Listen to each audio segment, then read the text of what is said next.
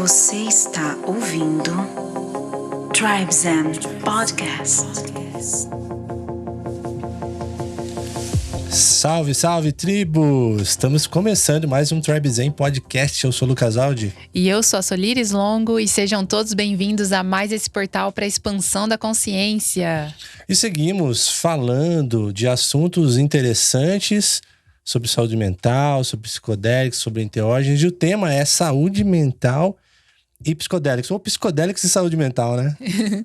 Pode inverter a ordem, eu acho que tem o mesmo tudo efeito. Bem, Porque tá tudo conectado, né? E para esse papo, a gente tem a honra de ter aqui conosco o Dr. Wilson Gonzaga, ou Wilson. Seja muito bem-vindo! Eu que agradeço, delícia estar aqui, que estúdio lindo! Ai, que legal. Que legal. Gratidão. Estamos animados com esse papo. Que legal, né? Nossa, que vibe boa, gratidão. E também temos que deixar um recadinho para os nossos ouvintes aí, um brinde aqui, só um... Primeiro, agradecer aqui. Tintim, né? Karuna Kombucha, nosso parceiro, saúde... Energia e vibe boa. E vibe boa. Gratidão. Eles falam que, né, a melhor kombucha do Brasil e é uma kombucha diferenciada, porque é uma kombucha que pode ficar fora da geladeira, então não tem perigo de estourar sua garrafinha em qualquer lugar do Brasil que você quiser comprar, você pode adquirir o seu pack. E para os nossos ouvintes, a gente tem um desconto de 15% e frete grátis se você comprar um pack com 12 garrafinhas. 12. Aproveita. O nosso cupom é TRIBE15 no final e aproveitem. Quando a gente faz as reuniãozinhas aqui no nosso espaço Tribe Zen, a gente sempre serve pra galera, é sucesso. Muito bom. É uma oportunidade, de repente, tirar o refrigerante, tirar o alcoólico, né? E ter uma bebida que vai agradar todo mundo, assim. Eu e acho é saudável. super legal. Muito bem. E mais um recadinho, galera. Estamos aí já com o carrinho aberto da nossa imersão de fotografia na natureza. Já tem uma galera inscrita, tá maravilhoso. Esse ano tá poderoso, hein? Tá muito legal. A gente já tava com uma lista de espera maravilhosa, assim, muitas pessoas interessadas que foram ouvindo nos episódios anteriores e foram se inscrevendo lá na lista de interesse. Então, se você quiser aproveitar aí o preço de primeiro lote, entra no nosso link da bio, tem todas as informações. É uma imersão onde a gente mistura a arte da fotografia, mistura mindfulness, natureza, autoconhecimento, fogueira, música e as relações, né? Celebrando as relações. Um final de semana juntos aí, explorando a nossa essência. É muito legal. Muito bom. Se você entrar lá no link do Tribe Zen, você vai achar ou no site tribezen.com.br ou na nossa bio. Tem lá uma página sobre a imersão. Você vai ver as fotos, os vídeos, vocês vão entender muito bem o que legal que é essa experiência. Lá na nossa bio também tem um link onde você fica sabendo sobre os movimentos que estão acontecendo aqui no nosso espaço. A gente vive num coletivo no meio da selva de pedra com várias pessoas interessantes. Então a gente faz alguns movimentos em casa. E lá no link da bio tem toda a informação sobre o nosso espaço, esse novo modo de viver que a gente partilha aqui com as pessoas que convivem com a gente. E também sobre os eventos e vivências. Você tem todas as informações lá. Tem o QR Code na tela aí, é só acessar. Arro?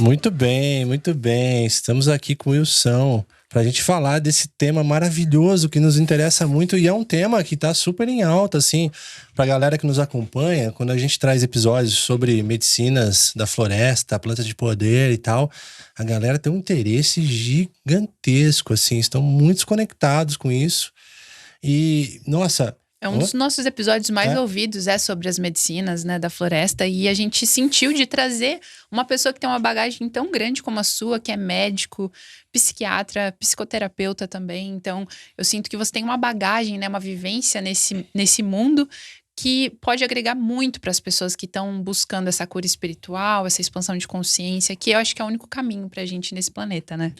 Isso aí. Você vem estudando há quanto tempo já, particularmente assim, esse tema de psicodélicos? Se for contar a ayahuasca, tenho mais de 40 anos. Uau! Que tudo começou com a ayahuasca mesmo. Nós estamos vivendo aí uma recrudescência do movimento psicodélico. E ninguém me tira da cabeça que a ayahuasca é uma das responsáveis. Eu me lembro que em 2014, é isso mesmo, não, 19 acho que foi, teve um congresso, 2019, teve um congresso em Ibiza sobre ayahuasca. Isso eu não lembro agora a data dele, acho que foi 19. Tinha 253 países fazendo parte do congresso. Cientistas de 253 países lá no congresso mundial sobre a ayahuasca. Eu fiquei espantado com o interesse, principalmente da ciência. E esse interesse científico acabou incitando, vamos dizer, de novo, o estudo dos psicodélicos que estava interrompido desde os anos 70, com o governo do Richard Nixon, por conta da guerra. E aconteceu um negócio interessante lá, porque o LSD, ele vazou dos laboratórios, e aí a juventude da época começou a usar LSD. E aí começaram a criar consciência. E começaram a se rebelar contra o governo. E deram de dedo para o governo americano para ir para a guerra. E aí, em vez de ir para a guerra, eles lançaram o slogan: faça amor, não faça guerra. Sensacional. E aí começaram a criar um movimento de contracultura e que começou a ir de frente e de encontro ao governo americano, que estava precisando de toda a psicologia geral, o senso coletivo voltado para a guerra, patriotismo, os Estados Unidos, e chegando uma tribo de cabeludo dizendo: essa porra não vale para nada. Sim.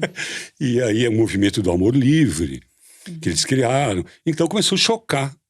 E aí resolveram proibir e decretar a guerra contra as drogas, que foi a derrota mais... Os Estados Unidos é doido para perder guerra, de várias, mas essa ele perdeu ainda perde, né? Que a guerra contra as drogas, ela já parte de uma premissa repressiva, sem entender isso. E, enfim, e ele acabou interrompendo. E os grandes cabeções da época, Timothy Leary, Tennessee McKenna, todos os grandes cientistas perderam as suas cadeiras. As pesquisas foram interrompidas, né? E eles perderam as suas cadeiras nas universidades. E alguns deles foram perseguidos ainda. E hoje a ciência volta. Ninguém consegue matar a ciência. Bizarro, né, o que aconteceu com eles naquela época. Você sente que teve talvez uma ingenuidade naquela época sobre utilizar, né, essas medicinas, esses psicodélicos ali, de forma também que trazia uma alegria, uma liberdade, mas que ao mesmo tempo poderia ter um pouquinho mais de consciência para trazer esse olhar do benefício que era para a mente humana, para o espiritual e tudo mais? Sol, não deu tempo. Não deu tempo. Foi muito rápido. Foi muito rápido. Quando começaram, aquilo saiu dos laboratórios, saiu da linguagem científica para o movimento de contracultura, isso apavorou o governo americano. E eu nem sei se tem alguma coisa por trás, mas o medo da droga, por conta da propaganda, é uma coisa que assola todos os pais e mães até hoje. Total. E aí, então, vamos proibir. Como se proibir fosse a solução. Tanto que... Até porque, assim, existe uma compreensão que eu acho... eu partilho dela, que é o seguinte: esse estado que nós estamos agora, se puser um eletroencefalograma na nossa cabeça, vão colocar ondas beta. Esse é o estado alterado de consciência. O estado natural de consciência é a consciência expandida. Total. É a gente acionando todos os recursos que nós temos dentro de nós e que estão aqui adormecidos. Assim, falando pessoalmente de mim, o meu cérebro é mais ou menos igual ao meu telefone. Tem um monte de coisa que eu não sei como usa. Sim. É um desperdício. Um desperdício. Né? Sim. E essa substância vem exatamente, essa substância, a medicina psicodélica, para poder modificar esse status. E a gente poder explorar mais e receber aquilo que é nosso, que não está ativado. Sim. Mas está dentro de nós. E aí... Mas assim, ó, né, nesse movimento aí que aconteceu, que né, fecharam as portas, caçaram e tal, mas aí eu percebo que, mesmo assim, tem um componente muito interessante que é a própria psilocibina, os cogumelos, né? Que o acesso é fácil, porque ele cresce no cocô da vaca e tal, né? E eu vejo que a utilização e o fator de explorar essas medicinas expansoras trouxe coisas muito relevantes para a nossa cultura. Por exemplo, a gente sabe que no Vale do Silício, muito do que foi desenvolvido aí veio a partir de estudos com consciência expandida, de coisas que foram desenvolvidas, né? Prêmio Nobel. Tem 2 prêmios Nobel aí, prêmio Nobel, que os caras só chegaram àquela conclusão usando psicodélicos. Uau. Então, não é uma coisa que distorce a consciência como as classificações antigas colocavam, com distorções. Ela abre. E você falou uma coisa da psilocibina, que de toda a medicina psicodélica, a psilocibina é aquela que mais me interessa. Exatamente pela proteção da natureza, porque ela dá em qualquer lugar. E isso ninguém vai precisar comprar. Assim, e a psilocibina ainda tem a vantagem de poder, da logística da microdosagem, de ser utilizada como um medicamento, né, buscando cura, sem o efeito dissociativo. Então, que a gente não pode falar em microdose de LSD, porque já é microdose o LSD. A microdose já é dissociativa. Todos os outros, não tem como a gente usar a microdose, pelo menos que a gente saiba. E a psilocibina tem se mostrado uma luz no fim do túnel para a psiquiatria e para a saúde mental, como você muito bem colocou. Quando eu falo psiquiatria, eu estou falando de transtorno mental. Mas quando eu falo de saúde mental, o que chamou muita atenção da microdose de psilocibina foram os cabeções do Vale do Silício, como você muito bem colocou. Já não são mais os hippies, paz e amor, oba-oba, cabelão, barbão. Não confia muito em barbudo, não. Não, agora são os caras que mandam na economia do mundo. São os caras da inteligência artificial. Eu vi, não lembro o nome dele agora, uma entrevista do cara que criou o chat GPT, que tem 29 anos, bilionário, dizendo o que ele quer investir agora no estudo da microdose, patrocinar estudos para poder popularizar, não elitizar. Por quê? O que os laboratórios querem? Eles querem virar remédio aquilo, tirar toda a psicodelia, que não tem como, que é isso que traz consciência.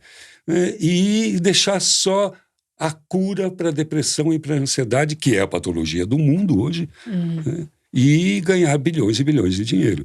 Só que esbarra na psilocibina, que por que eu vou comprar na farmácia se tem no pasto? Tem no quintal, qualquer lugar. E pode cultivar, a pessoa pode cultivar dentro de um guarda-roupa. E não precisa misturar com nada, né? Isso é maravilhoso. Esta é a grande diferença da psilocibina e dos usos os enteógenos, ou, no caso, os psicodélicos, que estão para uso recreativo. Quem não usou LSD em Woodstock não usou mais. Porque o que a moçada acha que está usando é muito contaminante, é muito mais anfetaminoides ali, tipos de anfetamina, porque aquilo não é para meditar, não é para transcender, é para ir para a balada e te dançar a noite inteira. Sim. Quem fala que já tomou êxtase, não tomou êxtase, tomou o MDMA com um monte de anfetaminoides ali também. Então essa é a diferença da psilocibina, não tem como contaminar. Sim, porque verdade. Quem sintetizou foi um laboratório perfeito. É verdade, a natureza, né? O criador. Aí, não tem como e o preço dela. Sim. O preço dela. Então, é uma coisa de que Olha, eu vou dizer uma coisa pessoal. Eu costumo dizer assim, meus amigos, às vezes para alguns pacientes, assim, que a psilocibina, a microdose de psilocibina, não tenho nada contra as doses dissociativas, claro que não. Eu sou um psiconauta. Mas veio em resposta às minhas orações, aos meus pedidos, às minhas meditações. porque me incomoda muito os efeitos colaterais das ferramentas que um psiquiatra tem. Eu pedia, eu quero alguma coisa que seja mais efetiva e que não dê efeito colateral. Alguns medicamentos para depressão, quase todos, para ansiedade, dão impactos muito fortes, por exemplo, na sexualidade. Sim. Quando não trabalha, não mexe com a libido, vai mexer com o tempo de orgasmo, não o tempo de orgasmo, o tempo para atingir o orgasmo. Uau. Para os meninos, desculpa a deselegância, que são bandos de punheteiro, nós, pode ser uma vantagem. Mas para vocês, meninas, que têm um orgasmo mais saudável, mais elaborado, e aí, como é que fica? E o maridão vai ficar esperando como? O namorado? Isso se não perder a libido total, né? Isso quando não perde. Isso Verdade. mesmo. Quando eu receito essas medicações, eu aviso os pacientes, falo, pode acontecer isso, acontecer aquilo, não tem nada a ver com você, não tem nada a ver com o teu marido, não tem nada a ver com a tua mulher, pode botar a culpa em mim, que a responsabilidade é minha. E aí você... Fora outros efeitos. Estou colocando isso. E mexe com a energia que é vital do ser humano, né? A energia do orgasmo é a energia vital, né? Que habita na gente. A libido. Nós assim, entendemos muito, a nossa civilização entende muito mal o que é a sexualidade. Muito mal, não entende isso. Existe aí uma forma primitiva, falar primitiva tem uma forma muito ancestral, muito antiga, de oração através do sexo. O que é o Tantra? Sim. O que é o Maituna? São maneiras de orar, né? Posso dizer isso sem nenhum exagero, através do sexo. Mas não tem nada a ver com aquela ideia que nós temos do sexo profano mesmo. Né? E quando eu estou falando do sexo profano, com o meu currículo, não é uma crítica, com todas as coisas que a minha inconsciência de juventude fez eu fazer, que eu não tenho nenhum orgulho né, das coisas, de como eu usava a minha sexualidade, de que eu estou falando, é um uso não sagrado, porque quando fala profano, já aponta para o inferno. Um uso não sagrado da sexualidade, porque é um instrumento incrível contra, inclusive, a depressão. Olha só que interessante. Sexo é vida, é fogo. Dos 4 elementos, vamos dizer, a representação do fogo, a principal representação é o sexo, que então é vida, como você colocou. E você vê como que houve esse proibicionismo de coisas que são tão importantes para a vida, para a nossa saúde integral, né, do ser, como, por exemplo, o sexo foi colocado né, como algo que não pode nem falar. Né? Pecado original. Pecado. As medicinas psicodélicas também. Se eu não me engano, num documentário que a gente viu, eles colocaram a psilocibina como o objeto mais perigoso, né? Não, eles estão... A classificação, né? Você pode falar melhor pra gente como que o governo classifica esse componente, né? Ele foi classificado durante muito tempo, os alucinógenos, como os perturbadores da consciência. Nossa! Vai perturbar o outro, quem botou esse nome aí, que está perturbando tudo. Mas, assim, é um fantasma. E começou a campanha dizendo que as pessoas alucinavam, achavam que estavam voando e estavam pulando dos seus edifícios. Nossa. Nada a ver, né? E propagandas. Né? Propaganda você repete, aí um outro repete, e vira um senso comum. É assim que a gente consome as coisas que a gente consome. Porque nos ensina que a gente precisa ter, em detrimento de ser. Sim. E colocaram isso na nossa cabeça. Você tem mais informações de movimentos, revoluções e avanços significantes como a indústria da informática, da tecnologia no Vale do Silício, coisas que foram impulsionadas pela influência do psicodélico? Então, como ele dá consciência, eu li isso há alguns dias, e como estava tão empolgado com a leitura, e achei que não fosse vir aqui para falar isso, eu não lembro o nome dos cientistas. Eu sei que tem 2 cientistas, um, que eu não lembro o nome dele, que trabalhou com DNA, e que todos eles depois disseram que só chegaram àquela conclusão sobre a luz do LSD. Nossa. Então, Então, grandes avanços. Por que isso? Porque abre a consciência. Existe uma coisa assim que a gente precisa entender, eu entendo assim, a gente precisa entender, muita pretensão, de que a gente não cria nada. A gente não cria nada, tudo já está criado.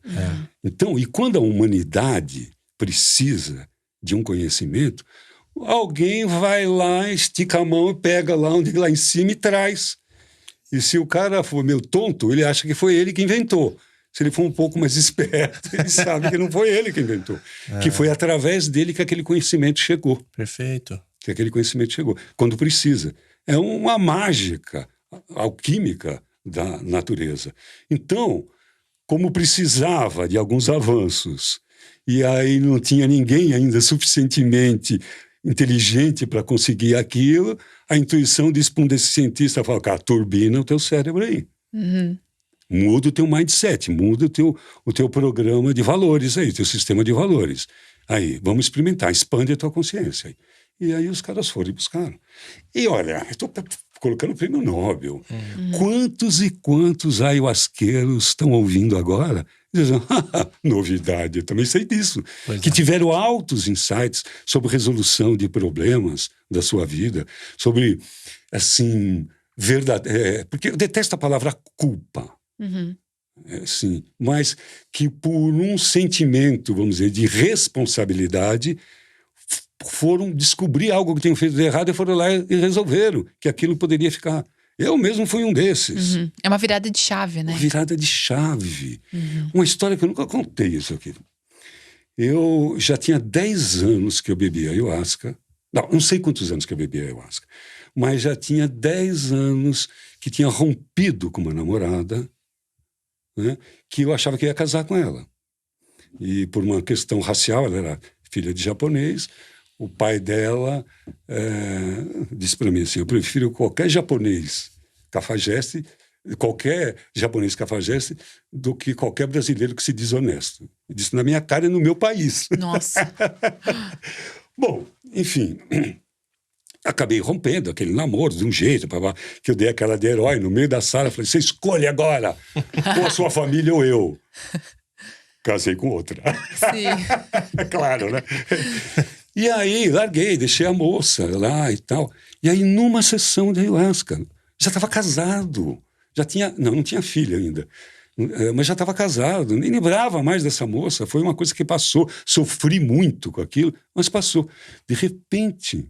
Na luz da ayahuasca, meu compadre, você deixou um enrosco lá atrás. Olha. Mas que enrosco? Vai lá saber que você deixou um enrosco lá atrás. E aí eu fui procurar, pesquisar. Não tinha as facilidades que tem hoje, né? De Instagram, de você pegar no Google e chamar o nome da pessoa, sai toda a capivara da pessoa, sai lá. Achei a moça. E ela disse para ela, né? Falou, olha, estou precisando conversar com você e tal. Tudo. Obviamente, ela deu uma rosnada, mas depois aceitou. E nós fomos jantar. Pois ela estava enroscada, porque tinha acontecido coisas com ela que eu não sabia. Enfim. Bom, e aí eu tive que ir lá pedir perdão, mesmo sem ter aquela consciência. Mas algo dentro de mim, ou algo, sei lá, fora de mim, me avisou, tem um enrosco lá. Uma coisa que não haveria possibilidade ou dados cognitivos para eu recuperar. Total. Um erro que eu tinha cometido lá atrás. Sim, sim. Então, isso é coisa dos psicodélicos. Estou chamando de psicodélicos hoje porque eu faço parte hoje da primeira pós-graduação para médicos e psicólogos em medicina psicodélica, e esse é o termo médico. Sim. Mas a gente sabe que são enteógenos. Quem criou esse nome foi Gordon Orson, que era um micologista, um estudante amador, né? Como é que fala? Não é amador, autodidata. Ele era um banqueiro, um cara bem importante, e que criou esse termo, enteógenos, que é enteos genos, gerar um movimento divino, ou Deus dentro. Olha que interessante. Então, eu prefiro, assim, pessoalmente, chamá-los de enteógenos. Sim. E todos eles Todos eles trazem esse movimento. Sim. Então, quando a gente fala em medicina psicodélica, a gente fala do LSD, a gente fala do DMT, que é o princípio ativo, um deles, né, que é o que tem ayahuasca. A gente fala da psilocibina, a gente fala do DMT, a gente fala da ibogaína, a gente fala da mescalina, a gente fala basicamente esses, né, que são os mais conhecidos. E são todos que vêm da natureza? Ou... Alguns são... Tudo vem da natureza. Se a gente for partir por aí, Sim. tudo vem da natureza. Mas uns são semissintéticos, outros sintéticos, modificados e tal. E a psilocibina, não. A ayahuasca também não. É lá o jagube, o mariri, a chacrona, os dois macerados, uma decocção também. É uma alquimia, né? Eu sinto assim, eu queria até pedir sua percepção sobre isso, né?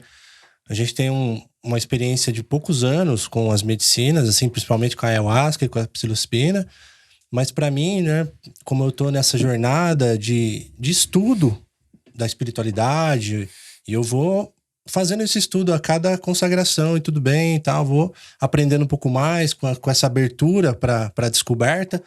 E na ayahuasca eu sinto uma expansão mais cósmica, assim, eu sinto uma abertura maior com algo mais cósmico, assim, conexões e coisas mais. E na psilocibina eu também sinto um portal de conexões similar, mas não tão cósmico quanto a ayahuasca. Faz sentido? Aumenta a sua dose.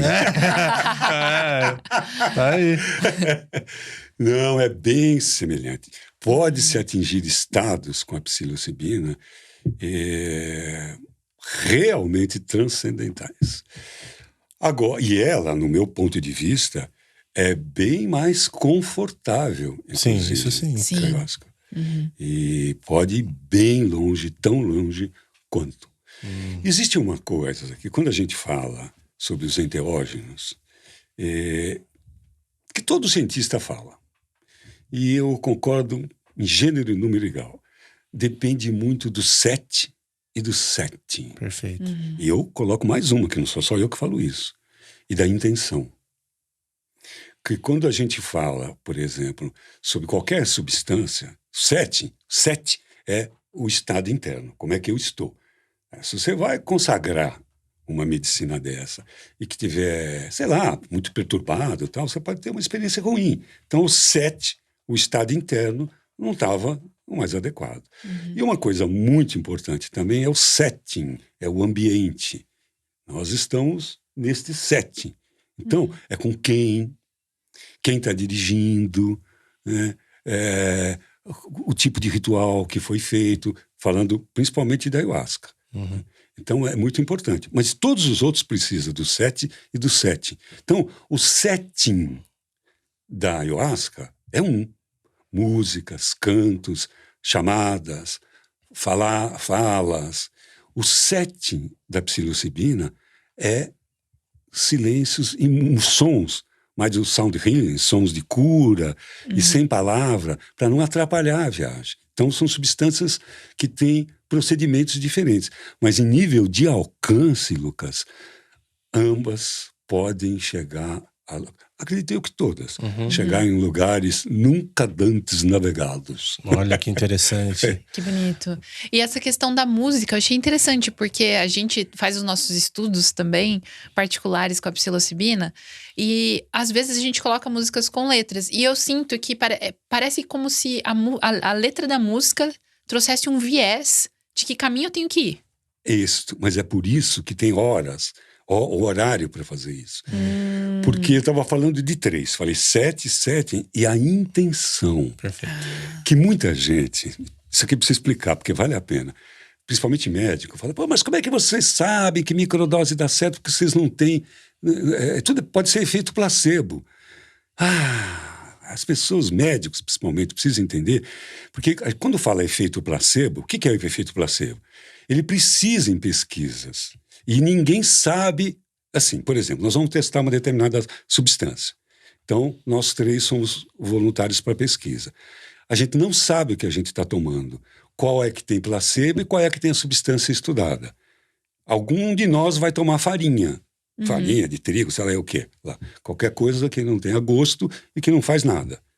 Então, para a gente saber se aquela substância estudada, ela tem mesmo aquele efeito. Isso é estudo duplo cego. Duplo porque o paciente não sabe e o médico também não sabe. Aquilo é distribuído por códigos, depois é conferido, os cientistas vão ver os resultados, aí vão ver aqueles resultados, e aí vai ver. Um tanto de placebo deu certo, mas deu muito pouco. Tá.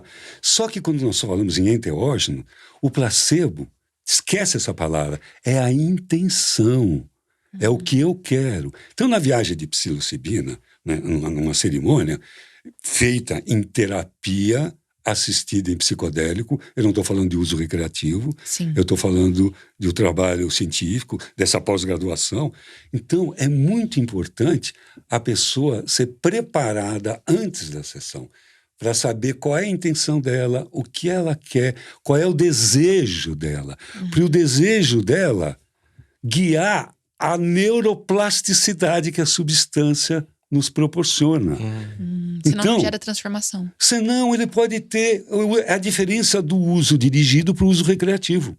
No uso recreativo, uma balada, todo mundo quer ver florzinha, quer ver cores e tudo e tal. Todas as experiências que eu já tive com psilocibina, nenhuma vez eu vi florzinha, eu vi luzes, nada, só compreensão.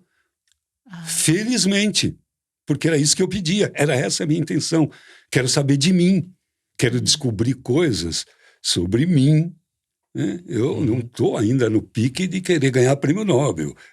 Eu ainda estou querendo lidar com as minhas sombras ainda. Então, a minha intenção é sempre alguma coisa, uma viagem para dentro. E isso com a psilocibina é fundamental. Aí, depois de um tempo, porque a gente não atrapalhou, né?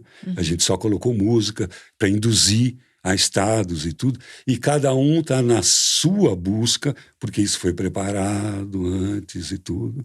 Aí, lá para frente, tudo, aí a gente pode usar uma guiança, dependendo daquilo que ela falou. Então, por exemplo, acabou de me ocorrer agora que aconteceu numa experiência com a minha mulher, Nízia e eu ganhei de um desses confeiteiros aí um chocolate com psilocibina e de uma pessoa muito querida aí, e que queria que eu experimentasse. E aí, sabadão, minha mulher e eu, falei, olha, vamos assim, experimentar. Era uma dose dissociativa para uma pessoa. Para uma pessoa. Mas não era a minha intenção, né? Era só experimentar, para saber mesmo como é que era, porque eu ganhei aquele presente e ele queria muito feedback. Aí, quebrei o chocolate, metade para cada um, e eu tinha uma aula para dar para os meus alunos às 3h da tarde. Isso era 8h da manhã. Eu só queria, sabe, pegar ver como é que é, depois ligar para ele lá e falar, pô, Guedes, ó, que legal, pô, muito legal, ficou bom e tal. Eu fui para um lugar, uma coisa, e que não era nem o plano. Não era nem o plano. E foi muito interessante, porque num determinado momento, a gente ouviu música, silêncio e tal, e num determinado momento, aí nós começamos a conversar e tal, ainda dentro da força. E aí eu vi que a minha mulher fechou os olhos, aí eu fui lá e peguei uma flauta doce, e aí eu fiz um som para ela lá, procurando intuitivamente tal, tudo. Aí, a hora que ela voltou, que ela começou a falar tudo, ela perguntou para mim assim, escuta, faz 27 anos que a gente é casado. Nunca soube que você tocasse flauta. Aí eu virei para ela e falei assim, nem eu. Nem eu. Então, naquele momento, assim, o que a gente estava fazendo pediu que eu pegasse uma flauta. E o interessante que eu nem me dei conta que eu não sabia tocar flauta. Eu fui lá, peguei a flauta na maior cara de pau e fiz o que tinha que fazer. Que legal. Interessante. Abre muito, né, a nossa criatividade. Habilidades motoras, assim, eu sinto que dá um gás. Tambor, assim, às vezes eu tô tocando tambor, me dá uma habilidade, fala assim, de onde tá vindo essa habilidade? É muito legal. E uma dúvida que eu tenho, assim, né, existe um termo muito popularizado nos Estados Unidos, do lemon tech, né? De fazer aquela técnica do limão espremido, deixar de molho, a psilo. Isso aí tem sentido? Não tem? O que você diz sobre isso? Porque é o seguinte, de onde que surge isso? De que o princípio ativo da psilocibina é o metabólito dela, que é a psilocina. E que, teoricamente, o ácido cítrico do limão, ele poderia decompor, quebrar ela ali fora, né, dentro do copo, vamos dizer assim, do shot, e mais rapidamente você ingerir a psilocina. E o efeito vem mais rápido e termina mais rápido, teoricamente. Mas eu já li algumas coisas de que isso não funciona. Porque quando a gente imediatamente coloca a psilocibina, o ácido clorídrico vai virar psilocina.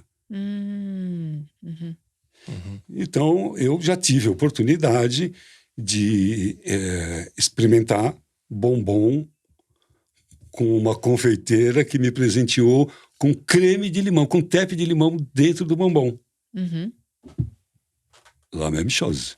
Não senti nenhuma diferença. Nenhuma diferença. Mas vem daí, de já entrar com a psilocina, porque a ideia, por exemplo, dos laboratórios é isso, é dar a psilocina e aí mais rapidamente você conseguir, porque dura de 6, às vezes 8 horas, depende da quantidade.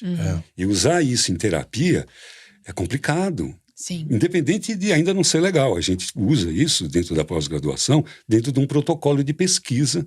Né? Ainda vai começar a usar, ainda não começamos ainda, com pacientes com câncer em dose dissociativa. Mas mesmo que um paciente te peça, não dá para a gente fazer clandestinamente. Tá? Você vai ter que ficar com o seu paciente de 6 a 8 horas. Olhando ali. E aí, quanto custa isso? Sim.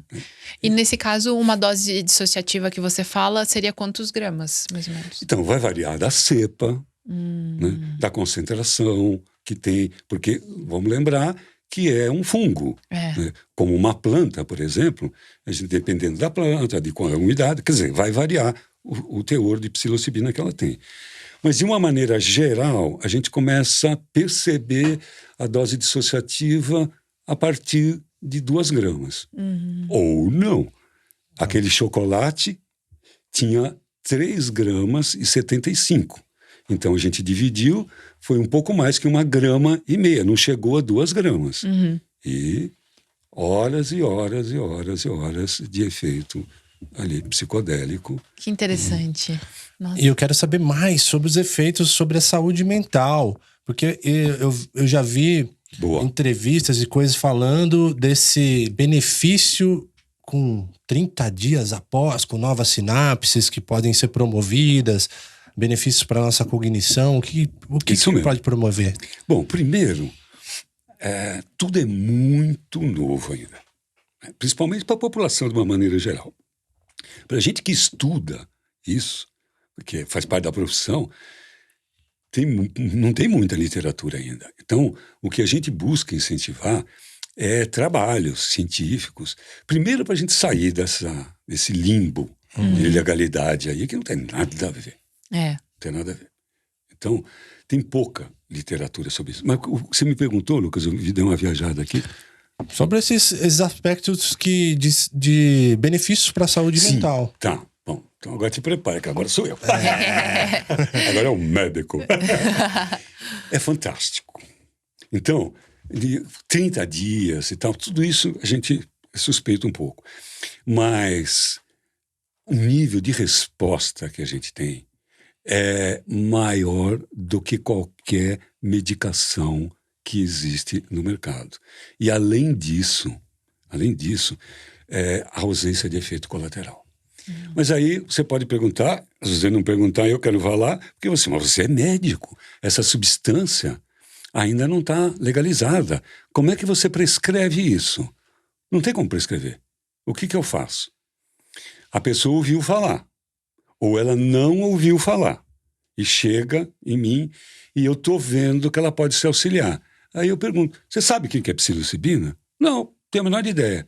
Então, vai estudar aqui, ó. Vai assistir esse documentário, Aqui. Tem Netflix? Tem. Tá. Vai assistir Fungos Fantásticos, vai assistir Como Mudar Sua Mente e tal. E se informa, e aí depois a gente vai conversar sobre isso. Mas por enquanto eu vou te dar esse uma remédio lição de aqui. casa. Não, e a lição de casa é ele estudar. Nossa, doutor, eu quero saber. E aí, como é que eu faço? E aí, onde é que eu compro? Aí eu dou um Solene TVN. Te vira, negão. Vai aí, procura aí. Eu só vou te orientar como utilizar isso, em que dosagem, e vou te orientar como a gente vai desmamar os remédios que você está tomando para a gente ficar só com esse. Perfeito. Só com esse. Quando vem medicado. Então, hoje, eu recebo paciente muito medicado que vem, porque tem colega que tem a mão pesada, dependendo da escola que ele veio. Eu venho de uma escola francesa que tem a mão mais leve, sempre tive. E sempre tive uma vida mais natural e me incomodando com aqueles medicamentos. Sim. Procurando, como eu disse, resposta em oração. Então, é uma coisa que... Mas tem médico que pesa muito. Então, eu recebo paciente com muito medicamento. Recebo paciente normomedicado, normal, classicamente. E muitas vezes, assim, já eram meus pacientes que estavam com aquela minha medicação mesmo. E aí, olha, uma coisa que a gente está estudando, para ali, isso é uma coisa de ponta no mundo inteiro, e é de ponta. Hoje, ainda hoje, o convite já foi feito, hoje eu tive que preencher o formulário de um convite num congresso de startups de saúde, chama-se Innovation Week, do Rio de Janeiro, em que eu vou dar uma aula sobre medicina psicodélica. Então, os congressos hoje de futuro, de inovação, de tecnologia, de kombucha, sei lá, de qualquer coisa. Medicina. Dão tempo para falar sobre medicina psicodélica. Que legal. Maravilhoso. Por conta dessa capacidade que ela tem de curar. Tudo isso para responder. Depressão, ansiedade, que são as patologias da hora do mundo, toque, transtorno obsessivo compulsivo, dependências químicas. Dependência química é uma das coisas mais complicadas para tratar. Minha primeira especialização, a especialização internacional, minha primeira especialização foi na França, foi na área de dependência química. Trabalhei anos com dependente químico. Até a hora que eu falei, cara, eu já sou corintiano. já tenho que pegar os perrengues por conta do meu time. E vou ficar trabalhando só com fracasso? Quero não mais. Aí eu mudei, fui trabalhar com outras coisas. E até essas coisas mais difíceis nós estamos encontrando luz no fim do túnel. Maravilhoso. Eu vou falar uma coisa aqui que é um atrevimento. Eu vou falar. Atreva-se. Pode falar. A medicina psicodélica está para a saúde mental, não só para a doença mental, mas para a saúde mental, assim como a penicilina um dia teve para a medicina interna.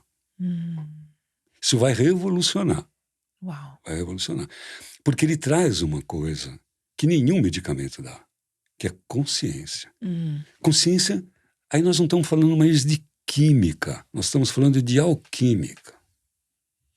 Nós estamos falando de uma coisa que é mais do que conhecimento.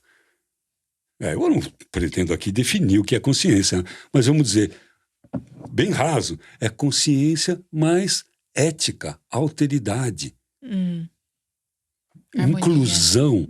Porque um dos efeitos dos psicodélicos, em dose dissociativa, microdose não dá isso, é você se sentir incluído no colo de Deus.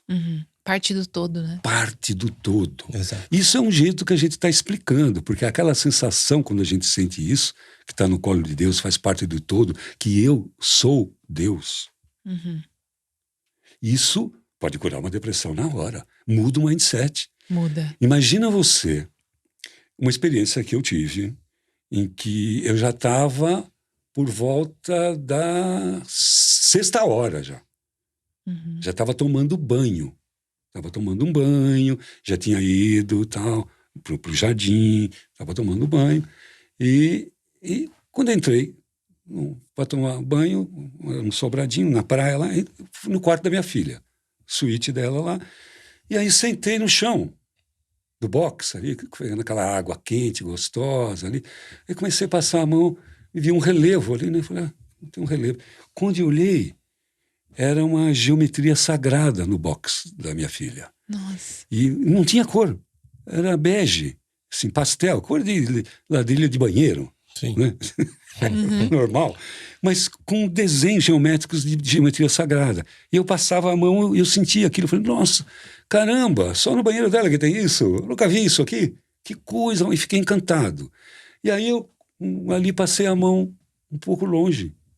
E continuei sentindo, mas não estava vendo.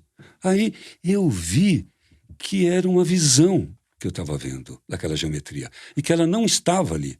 O relevo dela era do ladrilho do banheiro lá. Uhum. E nesse momento, eu escutei uma voz, que é uma voz divina, que dizia assim, isso daí é para você perceber que tudo é sagrado. Tudo é sagrado.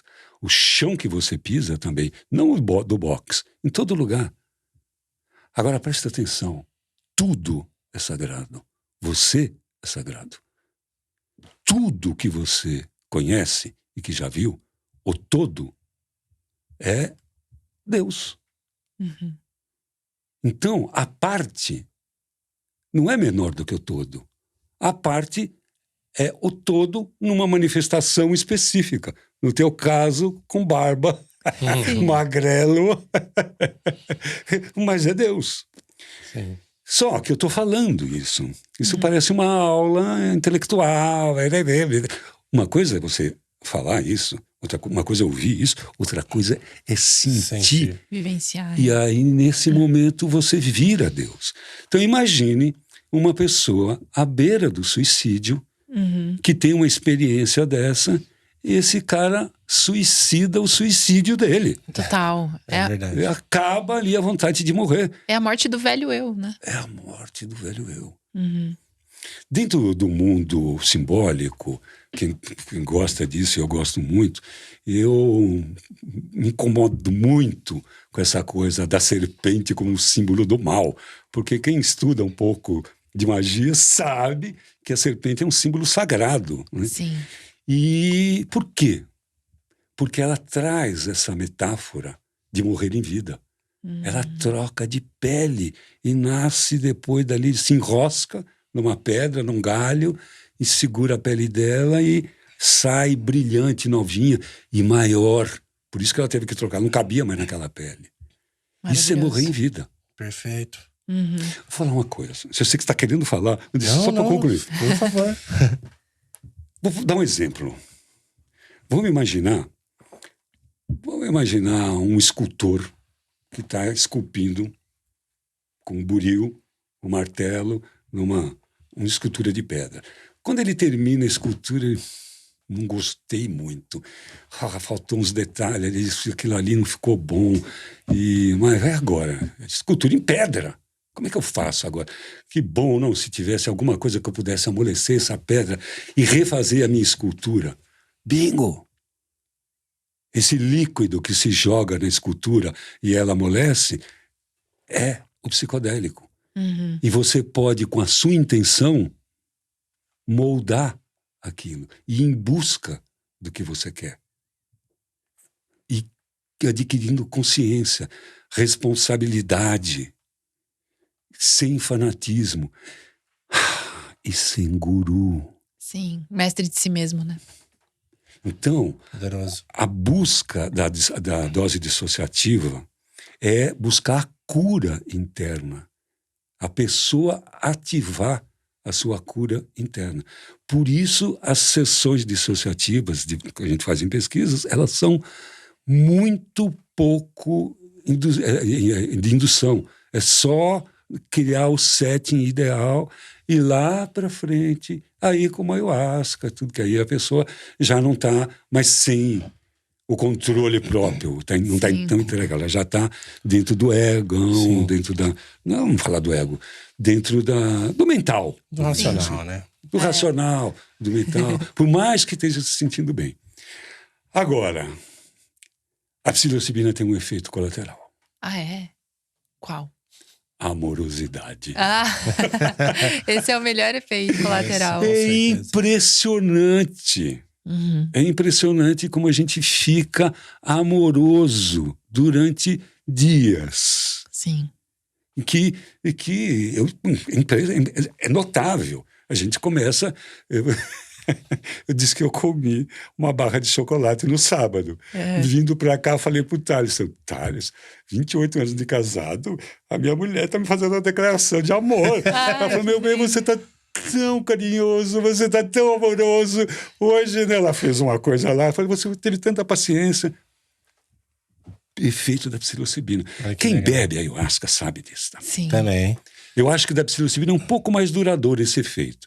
Mas a ayahuasca, assim, no dia seguinte, tá um doce. Sim. Olha aí, que maravilha. Maravilhoso. E assim, uma coisa que a galera pergunta pra gente demais, assim, a gente escuta a gente falando, relatos e pesquisas científicas. Poxa, o negócio é interessante mesmo. Tô vendo na Netflix, tô entendendo mais, tô interessado, mas aí sempre tem aquela coisa.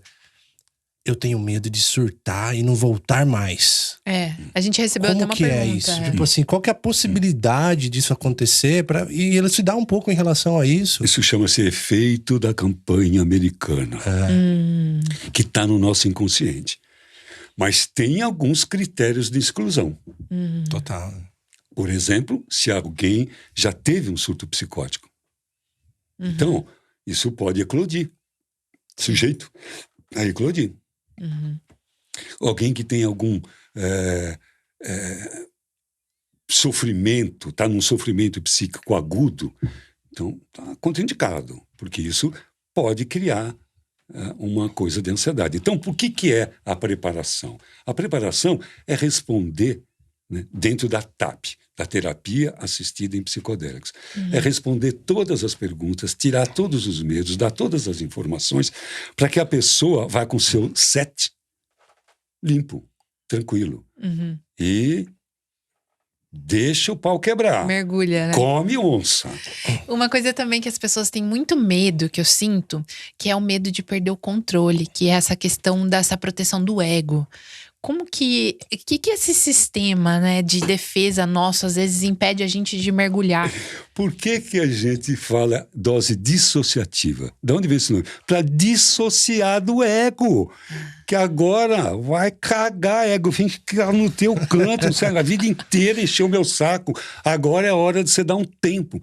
E isso apavora. Especialmente se a pessoa já tem uma personalidade de controladora. É de eu perder o controle. Perder o controle. Mas a pessoa nem sabe que perdeu o controle. Quando ela percebeu, ela já está pegando o controle de volta. Meu Deus! Porque que é uma coisa com a psilocibina bem mais rápida e fácil do que com a ayahuasca. Eu me lembro de algumas vezes que eu perdi o controle, assim, do meu ego, quando eu estava bebendo sozinho. Porque eu não podia perder o controle. Eu estou dirigindo a sessão. Eu estou cuidando dos outros. Eu tenho que saber cuidar daquele, o que fazer. Então, se eu perco o controle aqui... Mas uma vez, eu bebi o tanto que eu queria, que eu precisava, dentro de um ritual que a gente tem, numa cabana, no meio da floresta, lá no meio da mata, um jejum que a gente faz de 7 dias, e só com água, e arroz integral e urina, Uau. e dançando em cima de uma mandala, do Enneagrama, e eu orando 8 horas por dia, de 8 a 9 horas por dia, Nossa. caminhando e orando. É um ritual muito forte. Aí quando, passado uma semana, eu, antes de sair da cabana, a pessoa fica sozinha lá. Tem um sistema de comunicação, se precisar se comunicar, acende uma luz, que ninguém vai interromper ele lá. E a pessoa fica lá. Aí eu peguei e falei, bom, vou fazer uma sessão aqui para mim, de ayahuasca. Eu era o chefe do lugar, não precisei pedir autorização para ninguém, levei. E aí bebi a quantidade que eu pude beber. E aí dissociei. Aí, quando eu comecei a dissociar, eu falei, meu Deus, eu estou perdendo o controle. Como é que eu vou continuar fazendo chamada? Como é que eu vou... E aí, com uma voz disse assim, você vai fazer chamada para quem? Para, larga. E não é que eu decidi largar, vão. e tive uma das experiências mais bonitas de um ensinamento muito interessante de uma velha xamã no meio da floresta. Que bonito. Aconteceu uma coisa que eu não encontrei ainda, que falta uma peça, mas eu posso contar. Não sabia quem eu era. Não tinha identidade de Wilson. Estava sobrevoando uma floresta, de repente uma clareira com uma casinha muito pequenininha, tinha uma mulher negra muito magrinha, assim, com um aspecto de moradora de rua até, porque ela vivia sozinha na floresta. Assim. E aí, de repente, eu desci naquela clareira. Ela estava com um cesto de palha e ela fazia uns sons, olhava para cima com os olhos fechados e fazia um som gutural, sei lá como é que ela não consigo fazer, e começava a descer morcego. Vum, vum, vum, vum. E foi enchendo o balaio dessa senhora. Eu chamei ela carinhosamente da bruxa da floresta. Depois, né? Na hora eu não sabia quem eu era. E encheu, era de dia, o tacho de morcego. Aí ela olhou para mim. E aí eu vi que eu estava lá. Mas não era eu. Sim. Aí ela pegou e falou, venha, enfia a cabeça aqui. Uau. Aí eu enfiei a cabeça no balaio de morcego, tudo. E aí comecei a mirar. Comecei a entrar num mundo altamente mágico, dentro de um outro mundo mágico. Nossa, uau. Eu estava no mundo mágico. Quando eu vi aquilo, eu tirei a cabeça. Quando eu tirei a cabeça, ela sorriu e falou, põe a cabeça. Aí botei a cabeça de novo, abriu. Aí eu tirei assustado e falei, o que é isso? Ela falou, um dia você vai entender que esse som combinado pode abrir totalmente a sua mente. Uau. Aí eu falei assim, posso fazer uma pergunta? E como é que chama os morcegos? Aí ela deu uma risada. Ela falou, você vai saber quando precisar, ainda é cedo. Que interessante, nossa. E aí eu voltei. Aí eu voltei, assustado. Quando eu voltei, aí eu falei, tô na cabana. E eu não sei quanto tempo, porque estava sem relógio, sem nada. E logo depois eu já estava me sentindo já quase que normal para fechar o trabalho. E muitas outras coisas aconteceram. Só que eu não retive. Isto é uma coisa que pode acontecer quando a gente tem sessões dissociativas. Encontrar com verdades que você não tem grau espiritual para reter. Com a ayahuasca eu já tive. Né? Vi coisas de como é que os egípcios construíram as pirâmides. E aí eu perguntei, mas falta uma chave. Isso em frente uma múmia, de verdade, no Museu do Louvre. De um faraó. Eu bebi, eu morava lá uma época, eu já era conselheiro lá, tinha direito de levar a ayahuasca, bebi dentro do museu. Uau. E aí entrei numa situação como essa. Fiz uma chamada lá, cantei um ícaro, um canto lá, e no meio do museu, japonês tirando fotos, gente passando. Paris, um doido a mais, um doido a menos, ninguém percebe. E aí, abriu. Aí quando eu disse, nossa, ele foi me ensinado como compensar a gravidade. Porque a história que conta das pirâmides, é claro que não foi construída com escravo. Não tem como. Não tem como. Eles compensavam a gravidade. Sim. Uau. E aí me deram a fórmula. E aí só faltava um pedacinho. Eu falei, mas peraí, não tá inteira. Ele falou, igual a bruxa lá. Tá bom. Tá. Isso é pra você ver onde que você pode chegar. Perfeito. E usando esse chá. Sim, é só uma vírgula, né, do potencial que tem o universo inteiro, Tem o né? universo inteiro. Acessar essa consciência cósmica mesmo. E sempre não. Quando era moleque, é claro que já fiz as presepadas recreativas. Queria chapar por chapar. Mas depois de maduro ali, sempre o meu pedido era me ensina alguma coisa que eu possa servir. Uhum. Né? A mim e a minha profissão. Aplicar no né? agora. Aplicar no agora. Porque não adianta nada. Né? Com várias chamadas que existem no mundo, os ensinos do grande mestre. Então me ensina. Eu quero aprender coisas que eu possa aplicar. Uhum. Exato. Afinal, a gente está na Terra, né? E aqui é que eu estou trabalhando, Sim. e aqui é que é a minha escola. Eu quero aprender agora, porque essa é uma grande oportunidade. Então, tudo que eu estudo, tudo que eu quero... Eu tenho uma coisa, eu estava falando para o Thaleson, eu tenho uma coisa nas minhas personas, assim, eu sou um educador. Né? Quando alguém me chama de mestre, eu torço o bigode e falo, ai meu Deus, que ilusão. Mas quando alguém me chama de professor, eu falo, gostei. Porque eu acho que eu sou um educador. Sim. Então, tudo que eu aprendo para partilhar. Para partilhar. Porque essa é a minha vida. Eu aprendo partilhando, diferente de ensinar. Sim. Né? Mesmo essa coisa, né, do professor, o professor e tem o educador. O professor, ele está pronto. Ele olha 45 graus e ele ensina o aluno. Eu desenvolvi uma coisa que é muito legal para mim, que eu não tenho isso. Eu gosto que o outro saiba o que eu estou sabendo. Tipo um menino curioso que diz, cara, vem ver o que eu aprendi. Então, tudo que eu aprendo decodificando de um jeito para poder explicar para uma criança. Para uma pessoa bem simples, que não tenha os estudos que eu tenho. Então, é isso. Quando me fala alguma coisa, eu falo, e como é que eu uso? Para que serve? Sim. Isso é um papel muito importante, porque você, nessa jornada de partilhar esses conhecimentos, como um educador ali mesmo, como um curioso, aplicando em si mesmo essas práticas, medicinas e todo esse conhecimento que não é só saúde mental, mas também saúde espiritual, que a gente não fala disso, né? A gente tá começando a abrir agora sobre isso.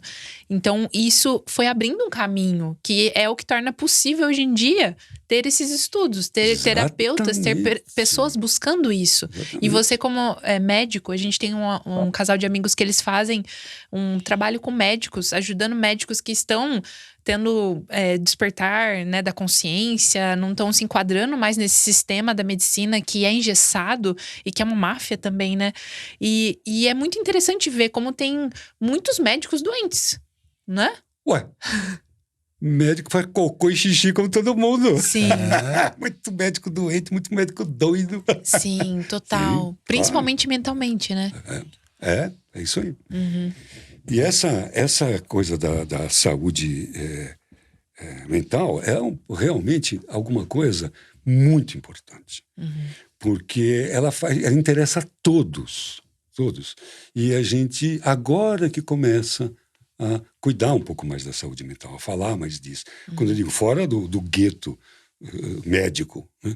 Psiquiátrico, psicológico, porque precisa mesmo. Sim.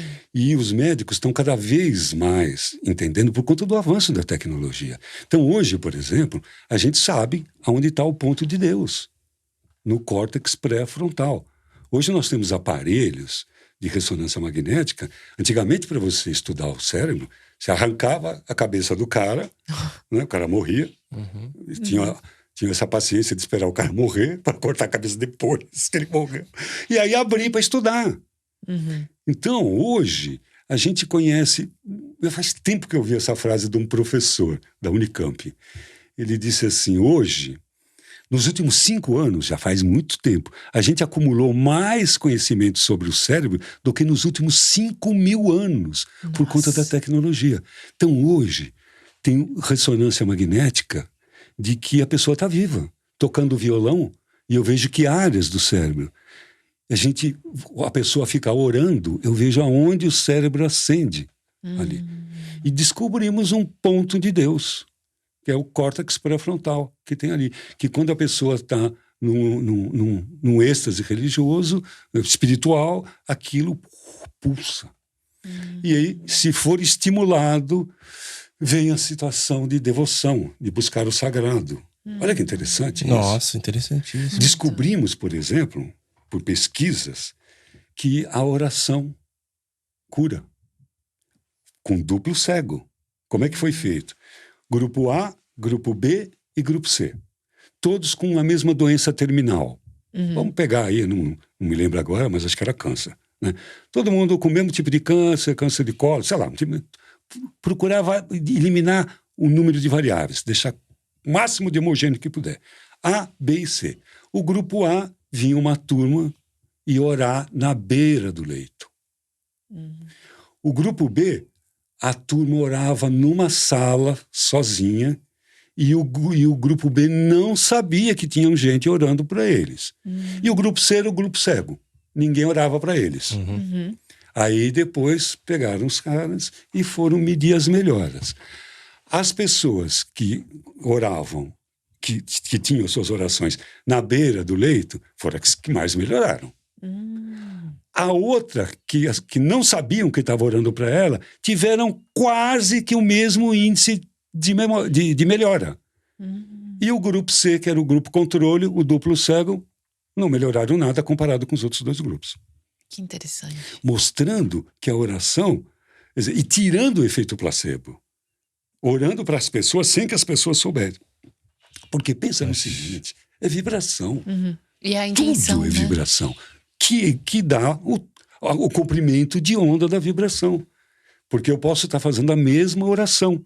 Pai nosso que estás no céu, santificado seja o vosso nome, venha a nós o vosso reino, seja feita a vossa vontade.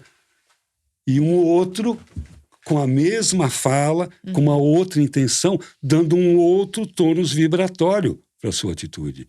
E vai curar o outro lá. Porque tudo vibra. Isso é um princípio hermético. Tudo vibra, nada está parado. Sim, nossa. Então é vibração pura. E então os médicos começaram a ficar convencidos. Porque médico é muito chato nessa questão. Por conta do tipo de formação que ele tem e tal. Aí vem um trabalho científico, vem uma coisa, outra. Agora eu acredito. Tá bom.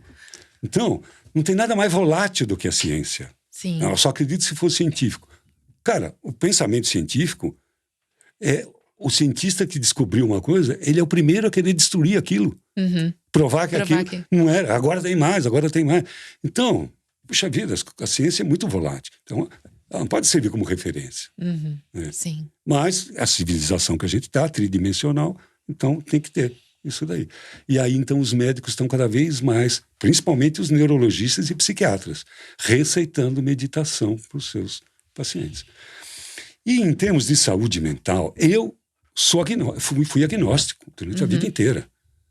Eu era agnóstico, era metido em movimento de político, estudantil, fiz treinamento de guerrilha. E era uma coisa assim que, para mim, o discurso da espiritualidade era mais uma enganação para oprimir o povo e papapá. É o ópio do povo, aquela máxima marxista. Enfim, até que eu tive uma epifania. E quando eu conheci a ayahuasca, e entendi que o homem realmente não tem espírito. Ele é um espírito, que ele tem um corpo. E aí começou a ficar interessante o meu trabalho, porque faltava um pedaço. Faltava um pedaço. Era corpo e mente, corpo e mente, corpo e mente. E eu não consigo entender como é que um psiquiatra consegue continuar ateu. Porque ele vai se deparar com pessoas que estão ouvindo vozes, que estão vendo coisas. E que são mais saudáveis que ele, às vezes. Mas ouve vozes. Então, ele não pode desprezar os fenômenos espirituais. Sim. Estamos caminhando, né? Que bom que a grande massa está tendo agora recursos, né? Netflix mesmo, né? Tão fácil, YouTube, coisas com cientistas renomados e boas pesquisas vindo a público, né? Isso é muito legal mesmo. Eu tenho uma última pergunta para você, que é muito relativo com o que a gente trabalha aqui também, que eu vejo que um grande desafio do nosso tempo contemporâneo é o uso da tecnologia. Computador, celular, muito estímulo visual. E isso daí, eu sinto, veio essa consciência, né, nos nossos estudos aqui. Eu falei assim, peraí, eu tô ficando exausto, eu preciso olhar. E até na medicina do rapé veio uma consciência e falou assim, cara, por que você não diminui o uso do celular, esse estímulo aí, coloca os seus checkpoints durante o dia? Eu falei, pô, maravilha, né? Vou fazer isso. E realmente o benefício cognitivo foi maravilhoso, a minha energia começou a fluir melhor, eu comecei a ver que eu tava naquela armadilha do loop, né? E você vê isso como uma grande ameaça hoje em dia, realmente, o uso da internet, das redes sociais, de celulares e tal? Sim e não. Vamos lá. Sim. Por quê? Hoje, os neurocientistas já estão falando numa coisa que chama-se demência digital. O que é isso? Bom, eu tenho recebido no meu consultório uma enxurrada de pessoas que vêm com diagnóstico de déficit de atenção e hiperatividade. Se é criança, tem hiperatividade. Se não tem, tem um déficit de atenção. E se nós três formos ler a descrição do que é um déficit de atenção, você fala, acho que eu também estou com isso. Total. Então eu comecei a desconfiar. O que é isso? Muito diagnóstico. Então, isso, os neurocientistas estão falando em demência digital. O que é isso? Nós passamos muito tempo na telinha e aprendendo a ler aquela linguagem. Luz, chamativa, texto curto, rápido, informação, 5 segundos, pim, pá. E o cérebro é muito plástico. Ele se acostuma com tudo. Adapta, né? Ele se adapta. Se não fosse essa habilidade dele, não existiria esquimó. Os caras, o lugar onde os caras foram se adaptar. Não tem um lugarzinho um pouco mais quente, eu passo muito frio. Então, o cérebro tem essa capacidade de fazer isso. Muito tempo naquele horário, ele reseta o seu modus operandi e adapta a esse modus operandi. Aí eu vou pegar um livro e não consigo prestar atenção numa página. Porque não tem o mesmo estímulo. Porque não tem o mesmo estímulo, que eu estou desacostumado a isso. Porque é tudo luminoso, tudo rápido e tal, e tal. Ai. Então, é como está acontecendo com as crianças que não sabem mais fazer contas. Porque é tudo por máquinas e tal. Sim. Então, a benefício da nossa vida cognitiva, a gente tem que fazer o que você está fazendo, Lucas. Tomar um pouco de cuidado com o excesso. Então, esse é o sim, prejudica. O não é que, cara, essa é tecnologia. O problema não é da tecnologia, Só depende é do uso que a gente faz dela. Exato. O uso que a gente faz dela. Meu Deus do céu, hoje eu posso entrar daqui na biblioteca da Sorbonne e ler um livro que antigamente, eu sou médico de 70 anos, a gente tinha que estudar na Abireme. Ia lá na Faculdade Paulista de Medicina, era assim que ela se chamava, hoje chama-se Unifesp, ia lá numa biblioteca enorme que tinha de artigos médicos, ia lá tudo com ficha, tudo... Uau, imagina. Pegava, ia lá pro Xerox, tirava o Xerox, devolvia o artigo, ia para casa estudar. Cara, eu vou falar mal da tecnologia? Não tem como, né? E é como a gente estava falando, os psicodélicos, os enteógenos são tecnologias, mas tudo depende da forma como você usa, do setting, da intenção. Né? Então, a tecnologia que está aqui servindo a gente, que as pessoas estão possibilitando acessar esse conteúdo, ela também tem. Qual é a intenção que você tem em consumir esse conteúdo? Total. Como que você está internamente para absorver esse conteúdo? Qual é o ambiente que você está? Você está realmente prestando atenção ou você está só passando tempo, né? Tá afim de uma balada, uma aventura? Não, então, o que é isso? É verdade. Maravilhoso. Nossa, a intenção é... É fundamental. Não, É fundamental, né? Eu sinto que a intenção é o que conecta a gente realmente com o nosso espírito, porque é algo que é intrínseco, é né? o querer, como o povo chama, é o querer. Sem querer... É. Nossa, que maravilha, hein? Muito Você tem bom. mais alguma pergunta que você queira fazer? Não, eu acredito que é isso. O pessoal trouxe algumas perguntas que a gente foi respondendo. Você foi trazendo. Parece que você leu as perguntas aqui dos nossos ouvintes. É muito bom, porque é um assunto que dá pra gente explorar tanto, né? Dá pra gente fazer aí parte 2, parte 3 também, se quiser. Total. Mas é um universo. E eu sinto que abriu tantas possibilidades pra gente, da gente acessar coisas que estavam ali submersas e veio à luz, né? Pra gente conseguir olhar pra dentro, conseguir se curar, conseguir ter uma visão, uma perspectiva diferente de vida e ligar de novo, né, esse espírito, essa chama, essa luz que tem dentro da gente. Isso é muito, muito bom. Gratidão por fazer esse trabalho maravilhoso, por trazer isso há tantos anos, né? A gente conectou com o seu conteúdo bem antes do nosso projeto existir e pra gente hoje é uma realização ter você aqui. Gratidão. Eu que sou grato aqui. O pessoal te encontra em qual canal? Eu sou facinho. Não, então, como uma das minhas missões, e já entendi que o meu crescimento é desenvolver o crescimento do outro, eu tenho como missão publicar conteúdo. Por isso que tenho conteúdo. Então, o Wilson Gonzaga tem Instagram, tem YouTube, tem as mídias todas lá. Tem mais de 15, sei lá, 15 anos de conteúdo na internet lá. YouTube tem coisa, né? De 2000 e lá na bolinha, né? Muito antiga. Que legal. Muito antiga. Maravilhoso. Nossa. Perfeito. Gratidão. E pra galera que tá nos escutando, comenta o que você achou. Quais são ainda os seus receios em relação a esse assunto, né? É muito legal a gente continuar esse papo. E também compartilha com alguém, faz um stories lá, passa adiante esse conhecimento. É isso. Gratidão, pessoal. Gratidão, Wilson. Gratidão. Gratidão. Muito bom.